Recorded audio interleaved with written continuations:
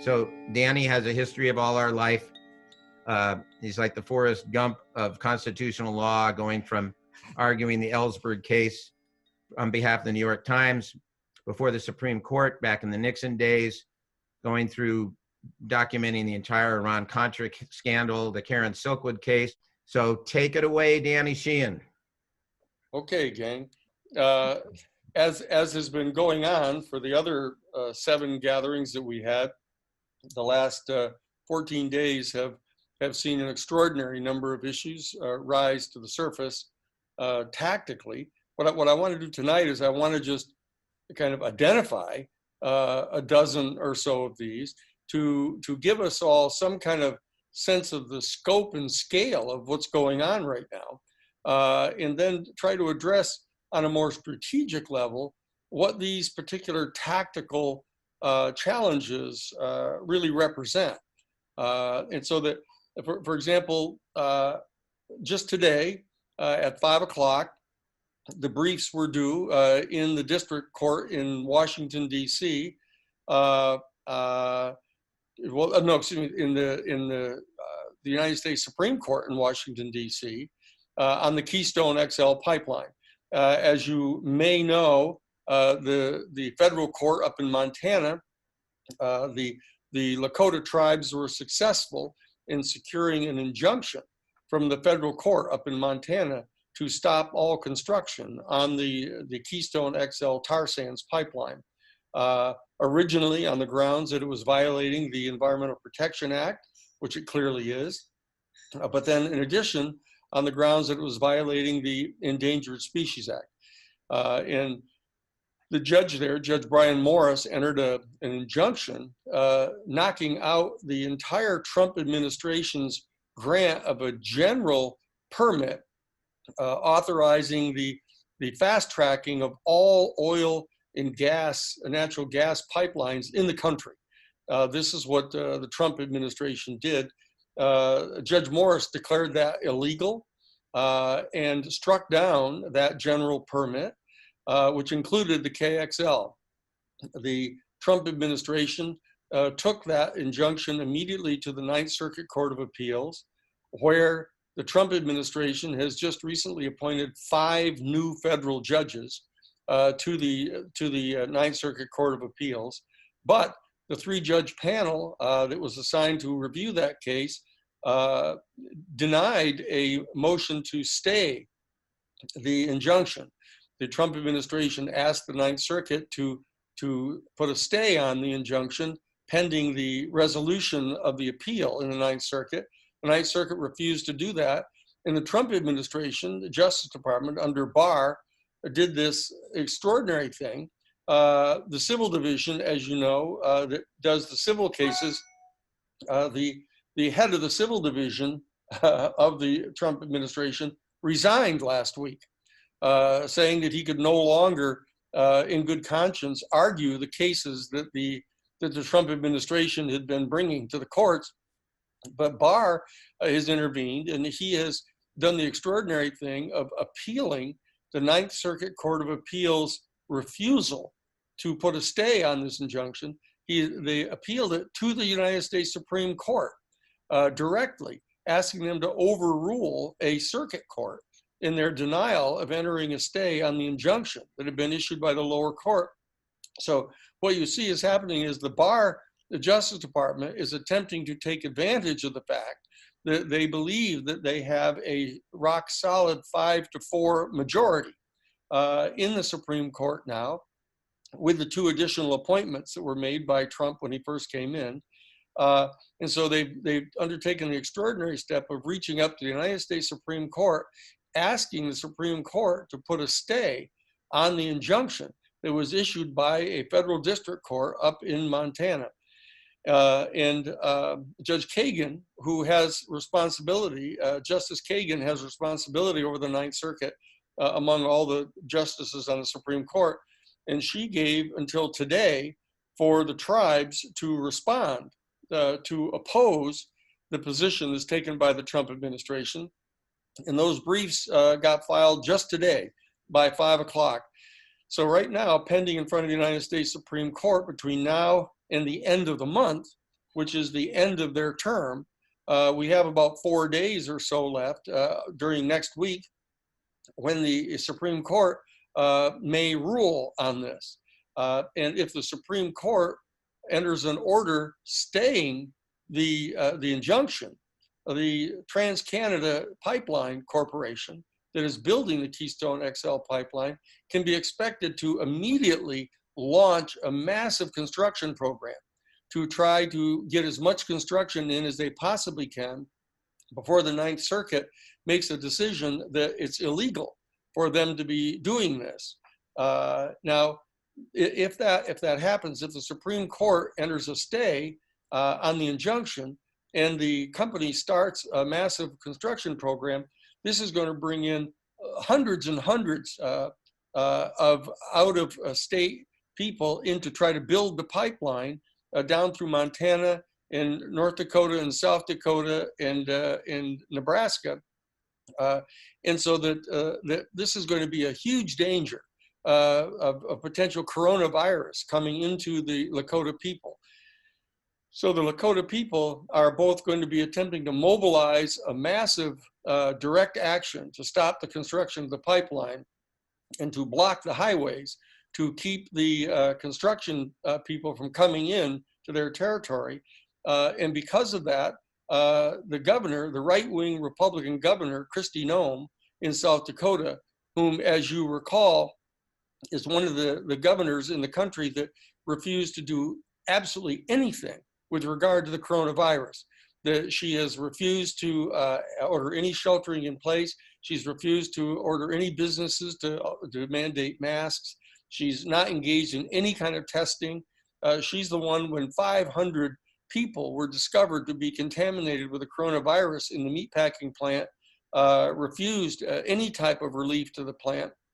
And so what she has done is she's reached out to the Bar Justice Department and has asked them to send in U.S. Marshals to break the blockades that the police officers have set up, the Lakota police officers on those sites. And now what's happened as the Department of Interior has issued an order canceling all of the federal pay to the tribal police that were involved in manning those particular stations, trying to protect their people against the coronavirus. So there's this huge showdown that is brewing out there. And that if in fact the Supreme Court this week enters an order putting a stay on the injunction, and the company tries to go forward with construction, there could be another major Dakota Access Pipeline type massive demonstration being organized up in Montana and South Dakota. Now, we're obviously deeply involved in that at the Lakota People's Law Project, and so we'll keep you posted on that. And as you remember, last week, 2 weeks ago, I notified you that our office had filed an amicus brief in the Washington, D.C. Federal District Court demanding that the court issue a federal court order shutting off all the flow of oil in the Dakota Access Pipeline because that court has been compelled to rule that the issuance of the permit by the Trump administration for that pipeline was illegal. We've won that now. They've declared it to be illegal, but they've not yet ordered the stopping of the flow of all the oil. So there's two huge confrontations going on up in the Dakotas right now, led by the Lakota people against both the Dakota Access Pipeline and the Keystone XL pipeline. So there could be and there's been this major move now undertaken by the Department of Interior under Trump to cancel all of the federal money going into the Lakota tribes to pay their police officers. And they're threatening now to send in out-of-state police into the reservation to try to tear down those checkpoints of their safety checkpoints on the boundaries of the Lakota territory. So that's one thing that's going on. And as you know, the Bar Justice Department now has been kind of thoroughly exposed for intervening in individual cases. As you know, Judge Sullivan now in Washington, D.C., in the federal case there, Judge Sullivan had refused to allow the Barr Justice Department to reverse itself and decide to dismiss the charges against Mike Flynn, the first national security advisor for Donald Trump, who pled guilty on 2 separate occasions to lying to FBI agents, lying about his having colluded with the Russian ambassador to try to interfere with the election in 2016. Actually, immediately after the election, Flynn was actually, before even coming to office, was meeting with the ambassador from Russia, getting ready to set aside the sanctions that have been imposed upon Russia by the Obama administration for the actions of Russia in the Crimea.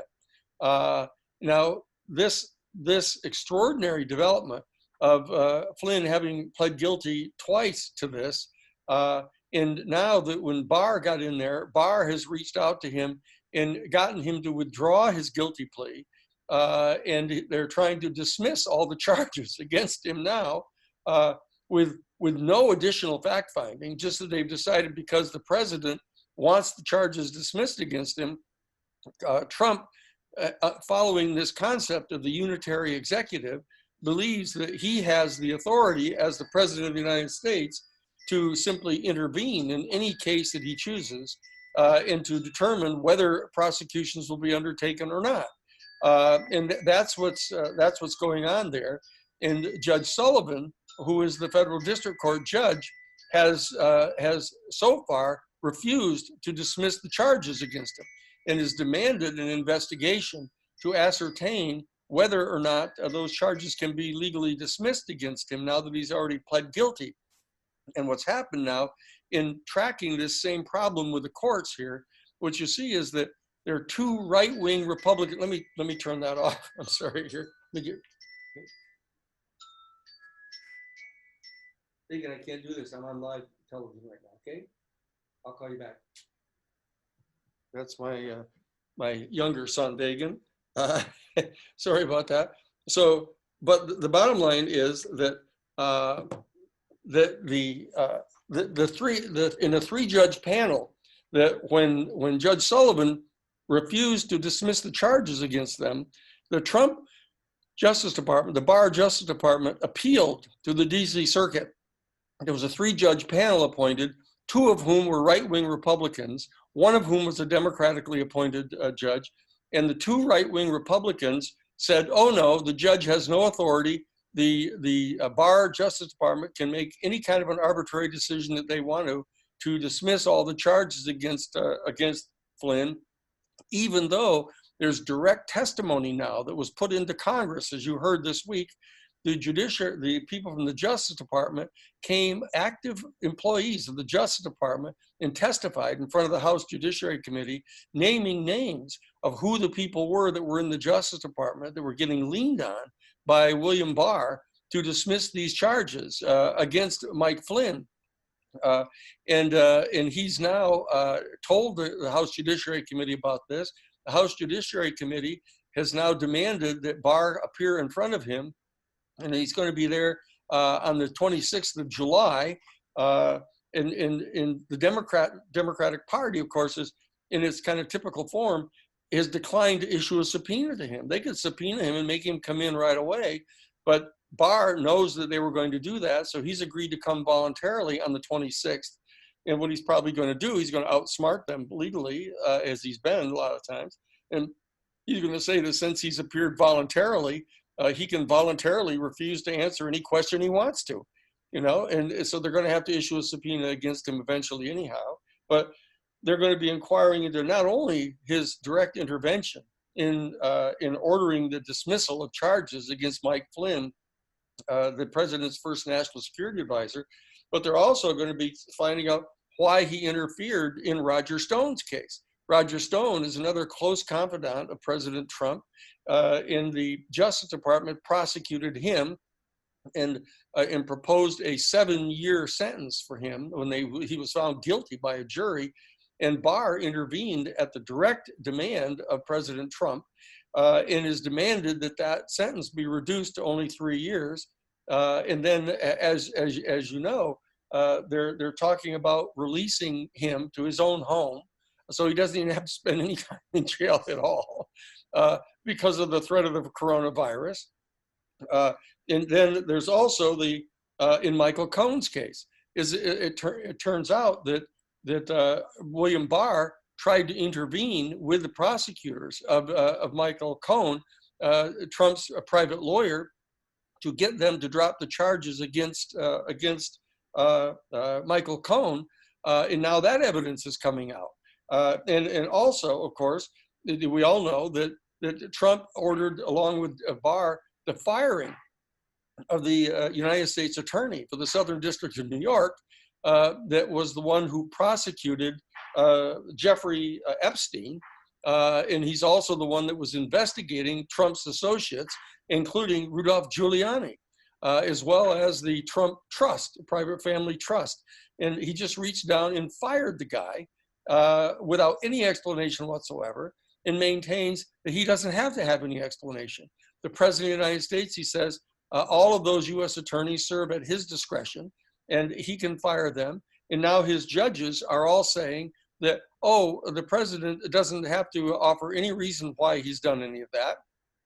And the Justice Department attorneys cannot be inquired into as to why they've made the decisions they have about dismissing cases or reducing penalties. You know, but what we have here is an absolute assertion of authoritarian authority on the part of Donald Trump over the Justice Department, and the judges, his Republican appointed judges, are going along with this. And we just crossed the threshold this week of the 200th federal judge appointed by Donald Trump and rammed through by Mitch McConnell in the Republican-controlled United States Senate Judiciary Committee.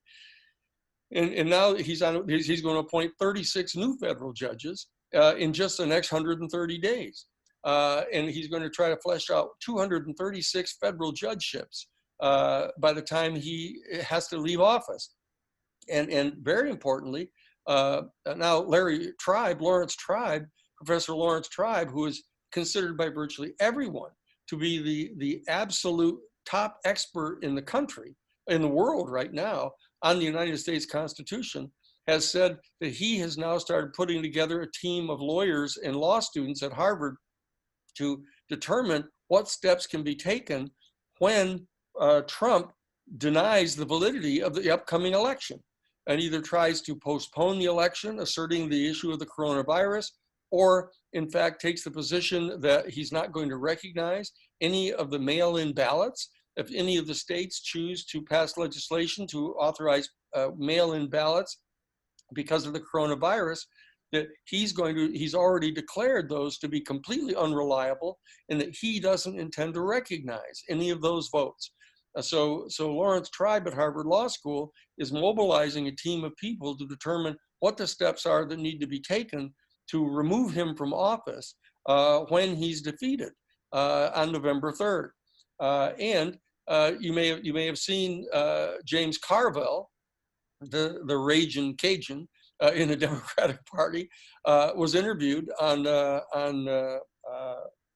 was it Brian Williams on Thursday night on the 11th hour on MSNBC, and he says, you know, that there's absolutely no possible way that Donald Trump can win the election, and he's now saying it despite all of the normal norms that you don't say stuff like that because they don't want to lower the amount of people that are going to come out to vote against him by thinking it's a foregone conclusion.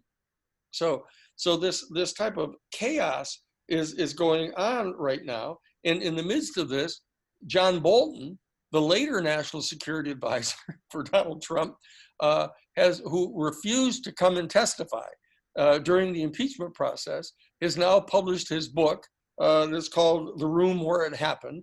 And he's, in a 500-page book, he's laid out details saying that he was in possession of firsthand absolutely undisputable knowledge and evidence showing that Donald Trump did exactly what it was that the Democratic Party people asserted he did as the grounds for the impeachment of him.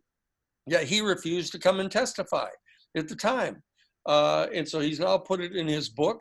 And the House Judiciary Committee and the House Intelligence Committee and others now are talking about subpoenaing him and demanding that he come in to answer questions of the Congress as to why he wouldn't come and testify and why he held back this information.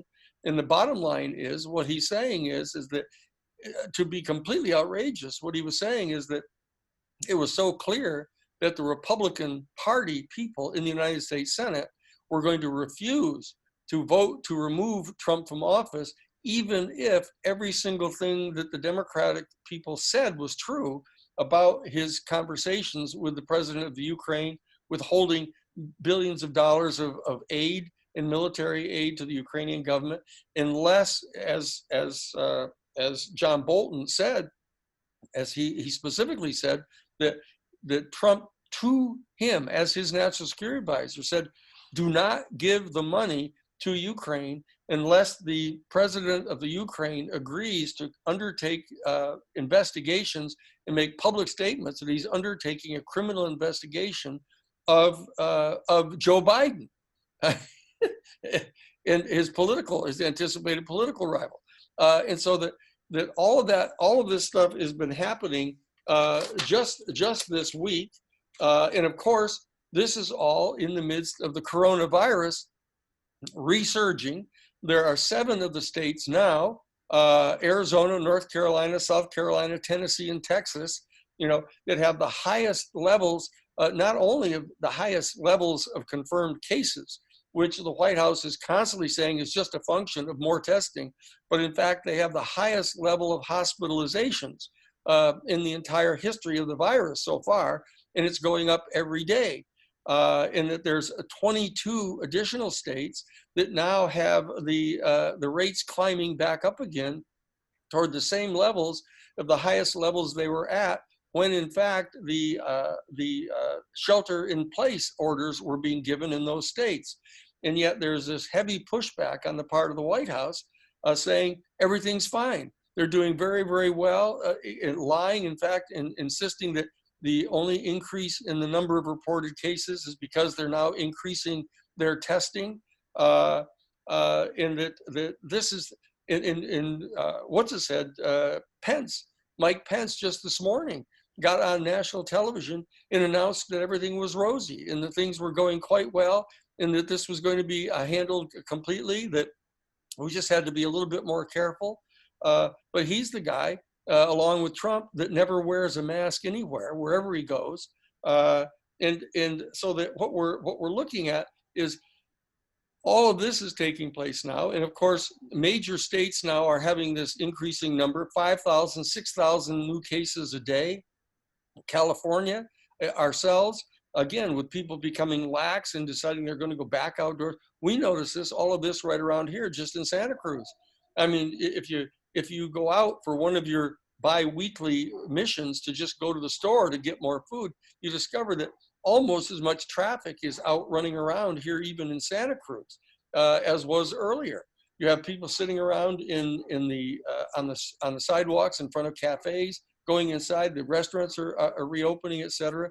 And so this influence that the Trump administration is having in constantly telling people that it's okay to continue going out now and reopening the economy and stuff is having this drastic effect of causing the United States to have the highest rate of infections in the entire world and having the slowest level of reducing the rate at which people are dying in the country. We're now over 121,000 people have died of this virus. And this thing that we've been talking about over the past few sessions, that there is still this extraordinary rigid divide between 80% of the American people who are listening to the scientists and listening to the direct evidence, et cetera, but another 20% of the people who are still insisting that this is completely untrue, that this is nothing more than a minor virus, like any other flu, and that in fact, Ashanti, please, that she's been very upset about this coronavirus. We've been telling her that this is going on. That the bottom line is that this coronavirus, they're asserting this 20% of the people is a complete fraud, that in fact is completely made up, that it's no worse than any other normal flu, and that there's all kinds of false reporting going on of people dying of the coronavirus, whereas in fact, not only are they alleging that people are falsely reporting normal deaths as being deaths caused by coronavirus, but they're in fact insisting that it's absolutely untrue, that the people who are showing, bodies being taken out of the hospitals and stuff and loaded into ice trucks are just not true, that it's just a big lie, that they're hiring actors and actresses to play the parts of nurses and stuff. So that there is, it's quite clear now, there is a 20% of our population that are completely fucking nuts, is what's happened. I mean, to be real clear about it, it's completely nuts. They've gotten so carried away with their opposition to strong government, their opposition to the Democrats, or their opposition to governors that they don't like, that they've become completely irrational. And that it's ruining whatever degree of evidence there is about very important issues. That, for example, there's some very important constitutional questions that exist as to the existence of authority of the states to be imposing overbroad restrictions on people's conduct, applying the laws in an unconstitutionally unequal way. For example, enforcing the laws against people not being allowed to go to church together, but not doing anything about thousands of people gathering on the streets and protesting in the Black Lives Matter things. That these are some extraordinarily important constitutional questions that I want to get to a little bit later in our talk here. But the fact is that because so many people are saying completely patently absurd things now, mainly on the right, against mainly Democratic governors, it's completely clouding the constitutional issues that need to get addressed. So we are at our office in the process of putting together the outlines of a major law review article, which we're going to potentially get published at the Santa Clara Law School, at their law review there, laying out the very real constitutional questions that have been raised by some of the conduct on the part of the federal government, on the part of certain state governments, the overreaching based upon limited evidence, the mistakes that are being made with regard to factual conclusions that are being set forth by various federal agencies, the lack of competence on the part of the federal administration in undertaking their constitutional obligations to protect people.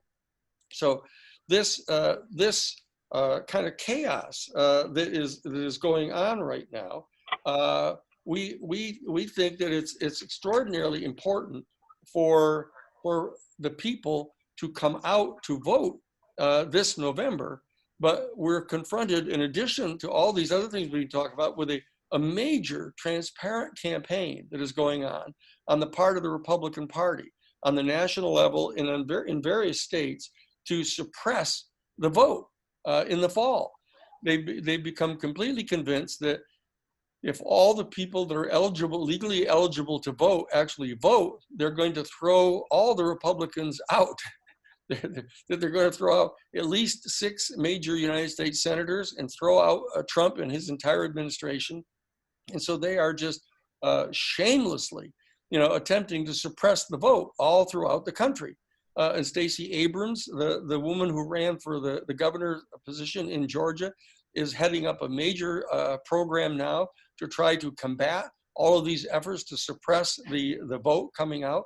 That you saw, for example, in Kentucky, they had one polling place for 650,000 voters, and that even that the machines didn't work right, and that they're trying to cut down from 1,300 polling places down to only 200 polling places in Kentucky. because they're afraid that if the people all get registered to vote in Kentucky, that they might throw out Mitch McConnell, who is running for re-election there.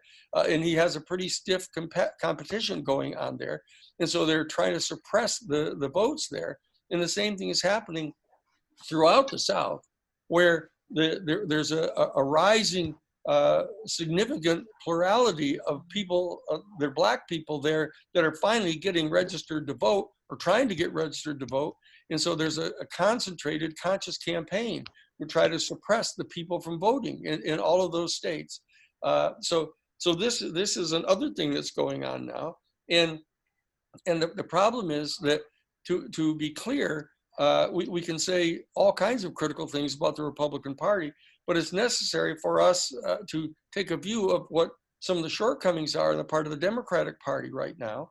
I mean, the fact of the matter is that the Democratic National Committee in the presidential campaign of Biden is clearly perceiving that it's much to their advantage just not to let him get out in public very much. You know, to have him have very, very few speeches, have very, very few interviews where he's asked questions that he doesn't know what the question is going to be ahead of time, because they see him kind of stumbling and stuttering and not being able to remember things, et cetera. And so they find themselves now with they keep going, the presumptive candidate, who they're quite concerned about being able to actually carry the responsibilities that he has as a candidate. And so what they're doing is they're having him stay in and use the coronavirus problem as an excuse for staying away from major interviews and speeches, et cetera, and they're depending upon Donald Trump to basically be the major opponent for himself, that he's going to be stepping on his own tongue, you know, every other week.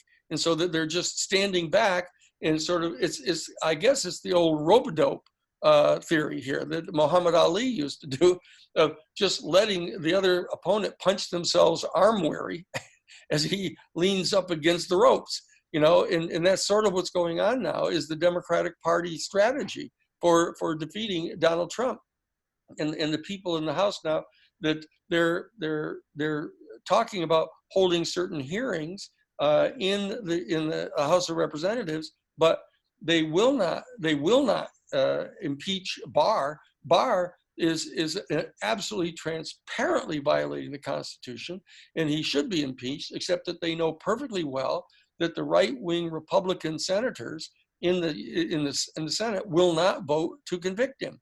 And so now you get Nancy Pelosi saying that they cannot, in the House, exercise their constitutional responsibility to impeach this guy for what he's doing, because the Republicans are so outrageous in the way they're conducting themselves in the Senate that they would not vote for him, that the Republican Party has fallen into lockstep with Trump's assertion that he could shoot somebody down right on the street on Fifth Avenue in New York and get away with it.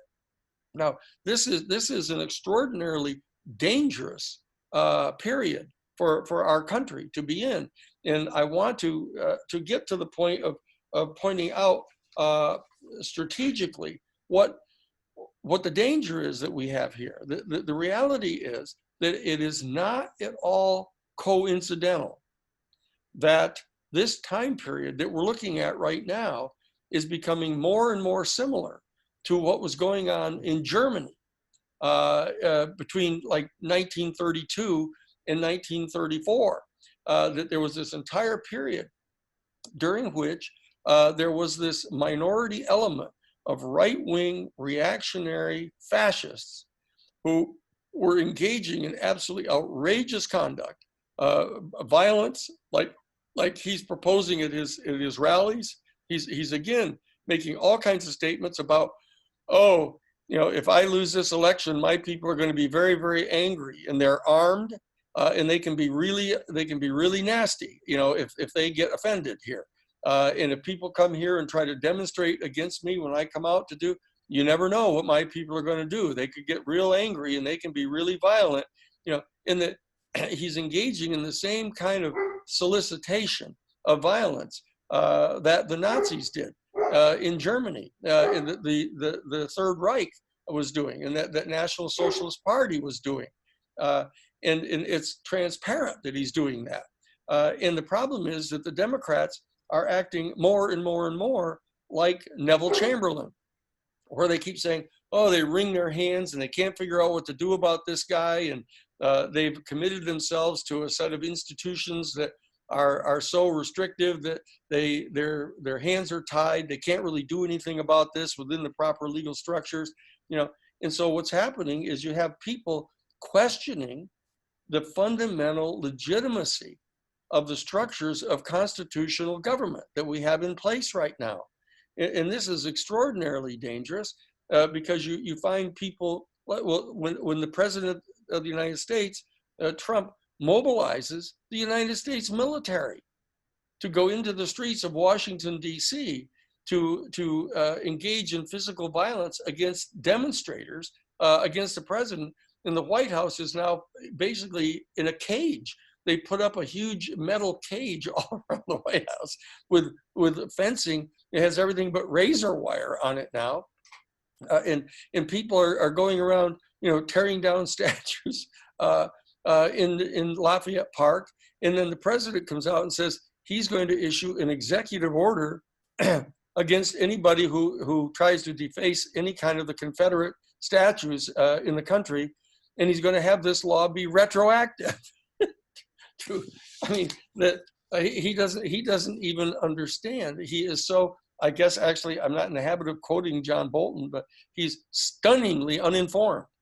He's just stunningly uninformed about the Constitution. He's stunningly uninformed about international policies. You know, he actually asked his national security advisor whether Finland was part of Russia. And he actually sat in a meeting with Margaret Thatcher or something and said, oh, you people have nuclear weapons? He said, for about England.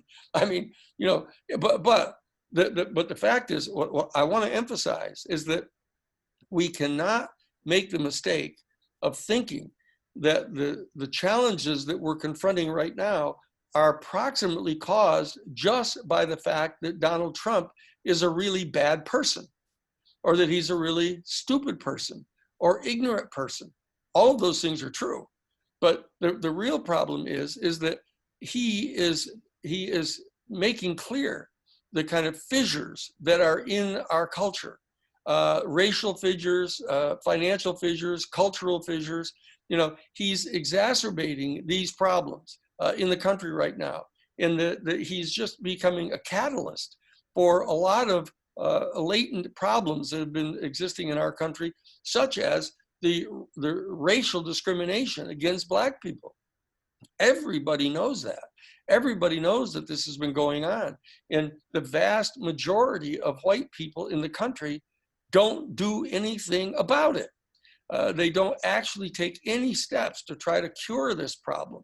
You know, and they put the burden on Black people to do everything to try to protect themselves. And they have entire police departments that are beating people and killing people and shooting Black people. And the white people just let that continue going on. And so what's happened now is the Black Lives Matter movement has stepped into the fore now to in a certain sense, take advantage of, in an appropriate way, the chaos that is going on in the country right now. And to step in and say, look, given the fact that the system is basically not yet coming apart at the seams, but definitely being strained at the seams. And these seams are what hold the country together as a country. And so that you have examples now where the progressive community is championing, for example, the alliance, the interstate compact that has been formed now between New York and New Jersey and Connecticut, in which they are, I've mentioned this earlier, where they're coordinating all of their activities with regard to how quickly they're going to be opening, what criteria they're going to use, what criteria they're going to use for testing in common, you know, all of these things. And what they're doing is they're forming subdivisions inside the United States of regional state coalitions that are actually going to be supplanting the authority of the federal government in those areas of the country. And people don't seem to recognize how similar that is to what the Confederacy did, back in 1865.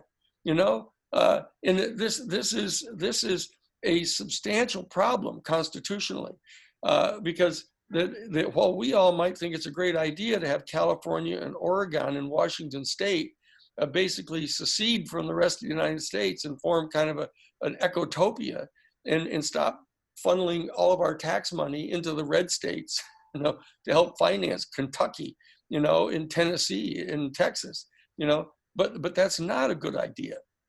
It's not a good idea. And we do have this element inside the left community that are basically calling for the total dissolution, not only of police departments, they're basically calling for the dissolution of the federal government. And not because it's just so inept in the hands of Donald Trump, but because they're calling up all of the complaints they have against the federal government being an international, fascist, racist, imperialist power in the world.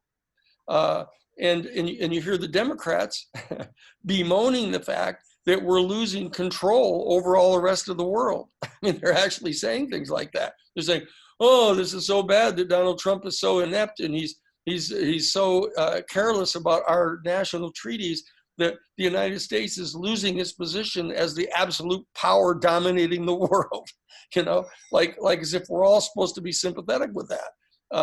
And so that what it is that I think that every single person who has had the privilege of getting a college education has the obligation now to stop and think and utilize the skills that you've learned to think critically and to think in terms of preserving the constitutional fabric of our country, and still continue on the long journey that we've all been on together to try to reform our country, to try to pull it back from being a major imperial power in the world, a major force of racism and bigotry around the world, but not to actually dissolve the country simply on the excuse that there's an incompus mentis who happens to have ascended to power for 4 years.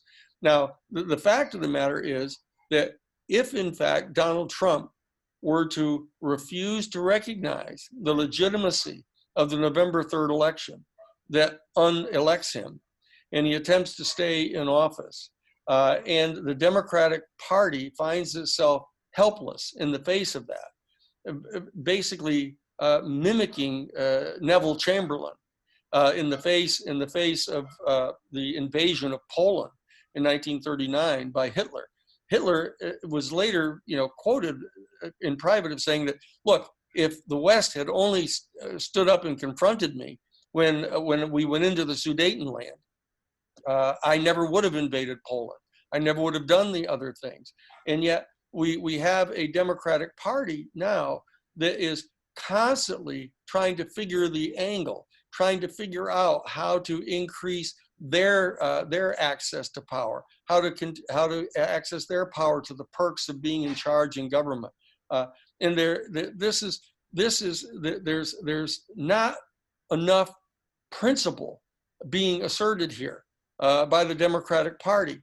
And when you have things like the Democratic Congressional Campaign Committee saying that if any person challenges an incumbent Democratic member of Congress, that even if they win, the Democratic Congressional Campaign Committee will give no funding to that person in their campaign in the fall against whoever the Republican opponent is.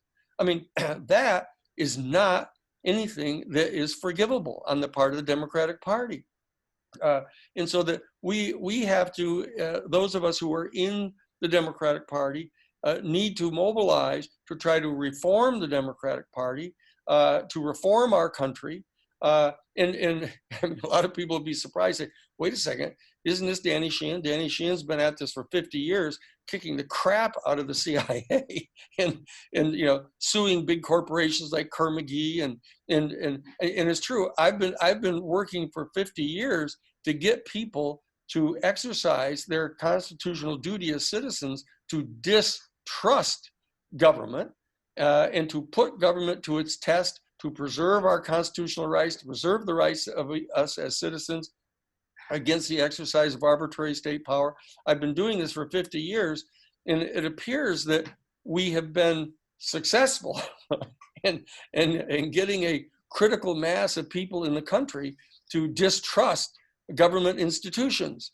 But we're now at a point, I think, where we see that these government institutions, because they have been resisting reform as arduously as they have been for the last 50 years, have gotten themselves into a situation now where people are losing so much confidence in the bona fides and legitimacy of government institutions that when a crisis like this coronavirus comes, people lack confidence in the institutions of government to really perform the kind of duties that have been delegated to the instruments of government.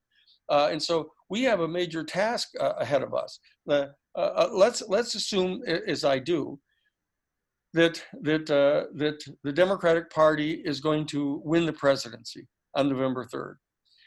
And let's assume, as I do, that we're having a better and better chance of winning at least 4 Senate seats.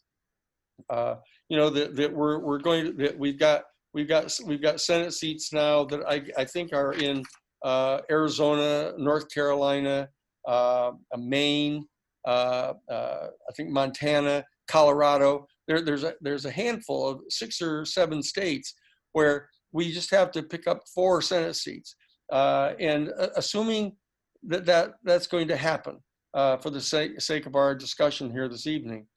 We have a major challenge in front of us, those of us who are progressives in the country, to get the Democratic Party to move in a more progressive direction, to not squat down and lean back on their laurels of having been able to survive 4 years of a Trump administration.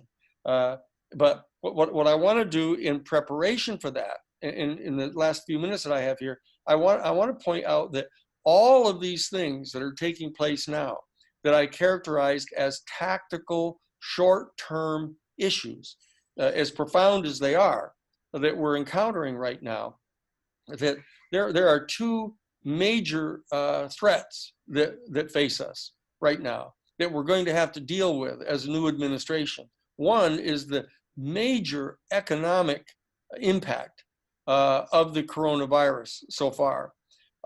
Setting aside the objection on the part of the right that they never had to close down the economy, that they overdid it, that they didn't need to do all this. The fact is, it's been done, and that there's major impact on the economy of the United States. And what we have to do is take advantage to rebuild our economy in a way that is consistent with sustainable energy, sustainable economics, environmentally sound policies, et cetera. What we have to do is move into this vacuum to rebuild our economy in a way that is sustainable. Because in addition to the adverse economic impact that we have to deal with about this latest coronavirus thing that we have, and the potential impact of a surge in coronavirus again in the fall, that what we have to do is realize that the disruption that we have all experienced here just over the past 14 weeks or so, the bottom line is that this is all just a warm-up for global climate change. As I've said before, that given the lack of real interest on the part of the Republican and Democratic Party over the past 25 years in really coming to grips with the threat that is posed by global climate change, we are inevitably going to be experiencing adverse impacts on our environment, a massive sea level rise. This week, it was 100 degrees in the Arctic. 100 degrees in the Arctic. with forest fires breaking out in the Arctic. I mean, this is really insane of what's happening right now. But we have to be careful. We can't be made insane as well. Just because some people are going nuts over what's happening now, we can't lose our center. We have to stay focused. We have to move into this kind of a situation and realize that global climate change is going to be descending upon us more and more, and that we have this administration coming up now, the Biden administration coming up now, and I'm assuming that it's 75% likely that he's going to pick Kamala Harris as his vice president. I mean, that there is some chance, and it's unfortunate that he's actually considered. I mean, Val Demings is a nice person, and she's had good experience of being a police chief, and she's a congresswoman from Florida, et cetera, and she's an impressive person. But you have to be able to pick a person who's going to be able to run for the presidency in 2024 after the single term of Joe Biden, who can really win an election, so that we have from 8 to 12 years coming up when we can have a consistent set of policies to deal with global climate change. Because if the Democrats allow the picking of a person who is not capable of winning in 2024 after Joe Biden's single term in office, we're going to be right back into this again with this extreme right wing not giving up. Because the bottom line is that the longer strategic period that we're going through right now, and I've mentioned this before, where all these tactical things are happening, all of this is a subset of the fact that we have come to the end of the Cold War, a 75-year period of the Cold War, where the major capitalist corporate powers that run the institutions of our United States government that came to power during the robber baron era from 1868 to 1898, that have dominated and controlled the economy and the government of our country and the military deployment of our forces around the world, to the point where we have 800 military bases around the world. And the purpose of those bases, as was stated in the 1992 classified United States Defense Department policy planning guidance document, the purpose of this military deployment is to maintain our continued privileged access to the strategic raw materials needed by what they term the Northern Industrial Alliance. And the Northern Industrial Alliance is the United States, Canada, Mexico, not the Mexican indigenous people, but the PRI, which is the Castilian Spanish, Caucasian, that run that party in Mexico, the United Kingdom, Spain, Italy, France, and the new reunified Germany. And in the words of the classified 1992 United States Defense Department policy planning guidance document, also to invite Russia to join this Northern Industrial Alliance now that they have spun off all of their ethnic provinces. This is a major Caucasian, nation-state, capitalist, imperialist undertaking that we find ourselves in the midst of right now.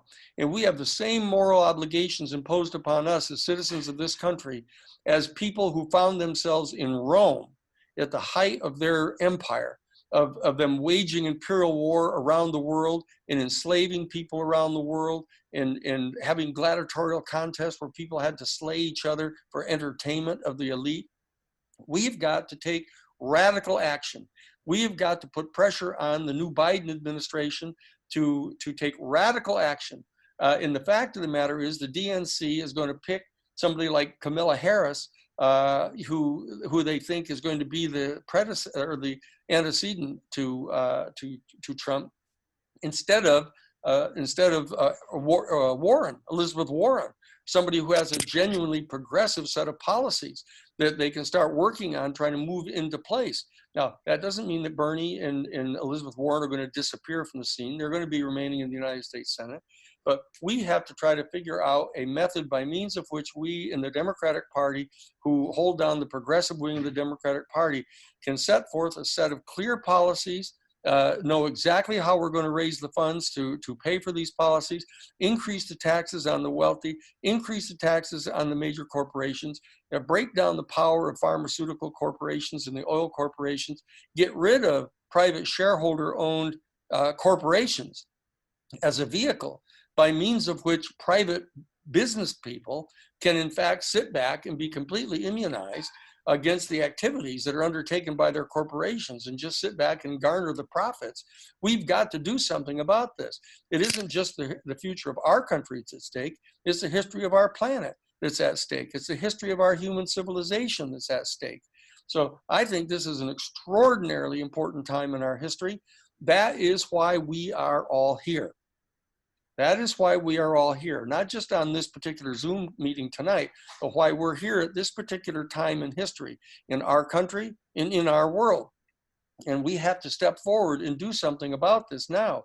And I think that we've got to move so that this particular 4-year period that's going to be coming up after November is genuinely moving the Democratic Party into a progressive posture where we can utilize the instrumentalities of the Democratic Party throughout the country to pull back our 800 military bases from around the world, to begin to undertake a plan for our planet to cope with the consequences of global climate change, to shift to a new alternative source of energy in our country, to draw down the carbon that's in the atmosphere now, to take up the California Green New Deal that we are drafting here in our office and are going to be providing to the Democratic Central Committee, to implement here in California with a supermajority in both houses.